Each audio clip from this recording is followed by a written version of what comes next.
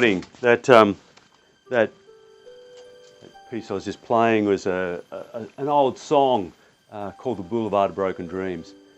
There's a more recent version by the rock group Green Day, a pop rock version.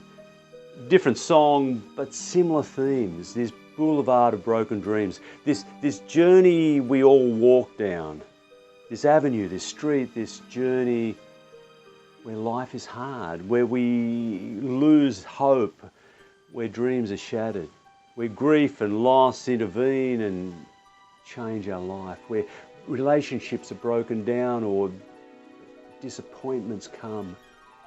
The hopes that we had, the dreams that we experienced are no longer real.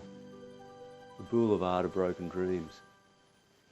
And it was along a Boulevard of Broken Dreams that in Luke's story of Jesus we hear of two disciples, Cleopas and another one, an unnamed one, probably a woman, maybe his wife, walking together away from Jerusalem, this place of hope, this place where dreams were kind of looking bright earlier in the week. When Jesus rode into Jerusalem on a donkey and he was praised and hailed as the King, as the one who comes, the one who would save them, relieve them, save them from Roman rule and bring God's reign in fully. But as the week progressed and conflicts happened with the religious leaders and the unrest of Passover week and the Romans, he was arrested, sentenced and executed by the Romans. And their dreams shattered. And now they walk this Boulevard of Broken Dreams from Jerusalem back to Emmaus. We don't know where Emmaus is or was. Emmaus, in a sense, is nowhere but everywhere. Because this story is not their story, it's our story as we all walk the Boulevard of Broken Dreams. This journey away from hope and dreams and to disillusionment, to confusion, to despair. The Boulevard of Broken Dreams, where hopes are shattered, where lives are changed and we don't know what we're doing, with doubts and questions and confusion and uncertainty, and wondering how we can live. As Green Day says, it's a lonely, lonely road. It's a road that we walk alone. We walk alone. And yet do we? For these disciples, as they walked, were joined by this figure who appeared and who listened to their questions and their doubts and all the stories they had, and entered into this conversation and offered them a different, broader perspective of life and of being and of God's presence, and asked them questions about life and gave them insights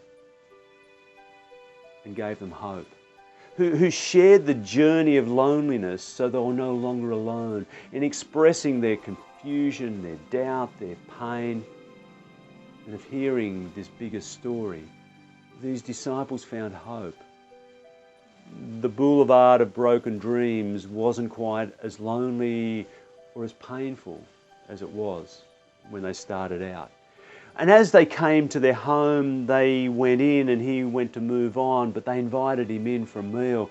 And they sat around the table and they shared food and stories and laughter and tears. And he took bread and he blessed it and he broke it. And their eyes were open. They recognized, they saw, this is the risen Christ in our midst. And one commentator says, this scene never happened but always happens. It's a scene that we experience gathered around a table, sharing stories of life, of hope, of fun and laughter and pain and tears, sharing food and bread, breaking bread and sharing wine, and Christ is present in our midst.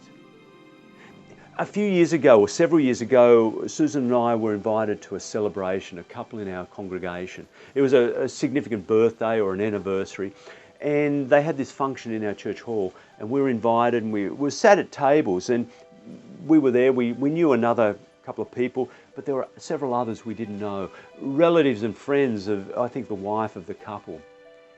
And the conversation went around, rotated around, circled around often several conversations, people catching up as they do, and others who are not quite sure, engaging where they can.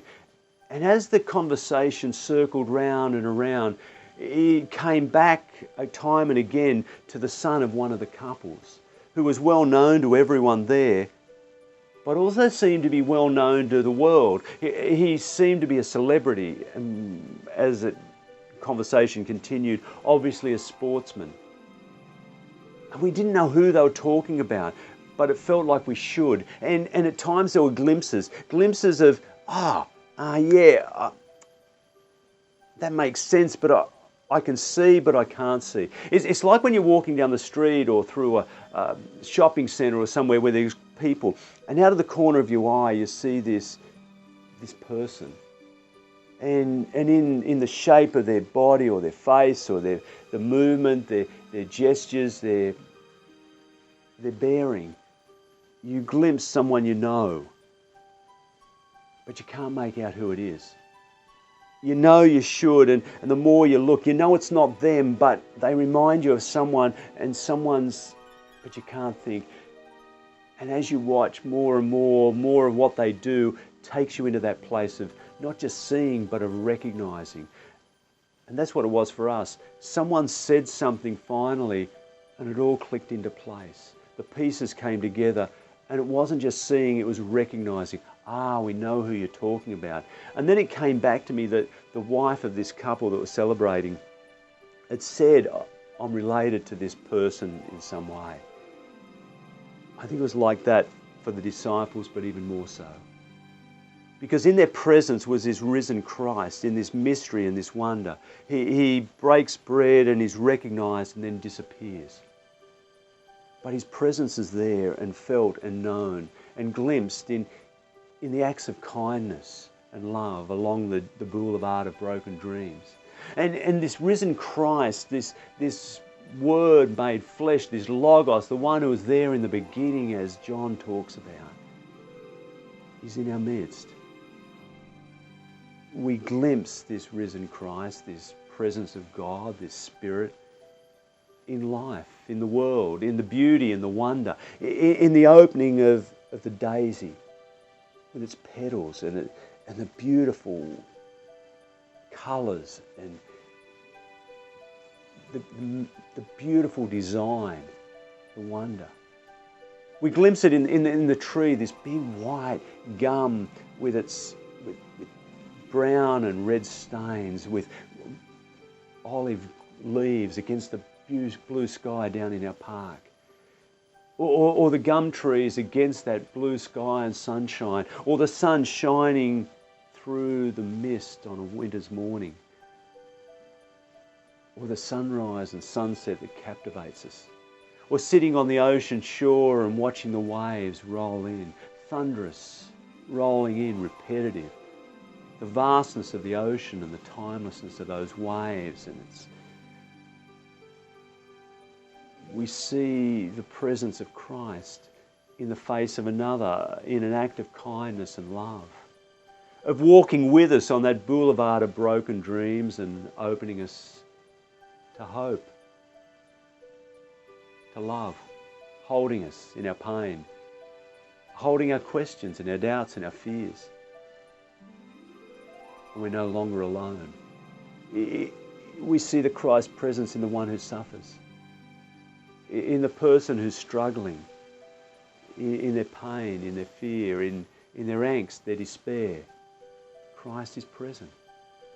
And as we reach out to them and they reach back to us, something happens and God is present in this space between us, holding us, loving us.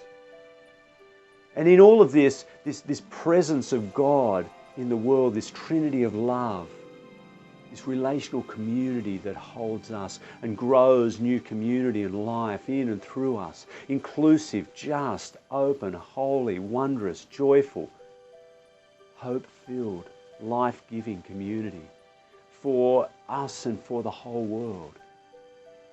God is present. And God breaks into this boulevard of broken dreams, this lonely journey that we walk at times in our lives, and holds us in the embrace of another, in the kind word, in the love, in what we feel, in the beauty around us. When our eyes are open and we recognise and see Christ is present and with us. And God says, I love you and I will not let you go. And there's nothing we can do or say or think that will stop God loving us or take God's presence from us. When we glimpse those moments of wonder, awe, beauty, kindness, love, justice, compassion, courage, Christ is in them.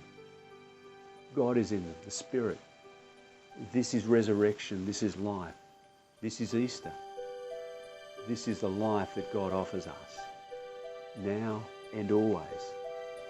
Amen.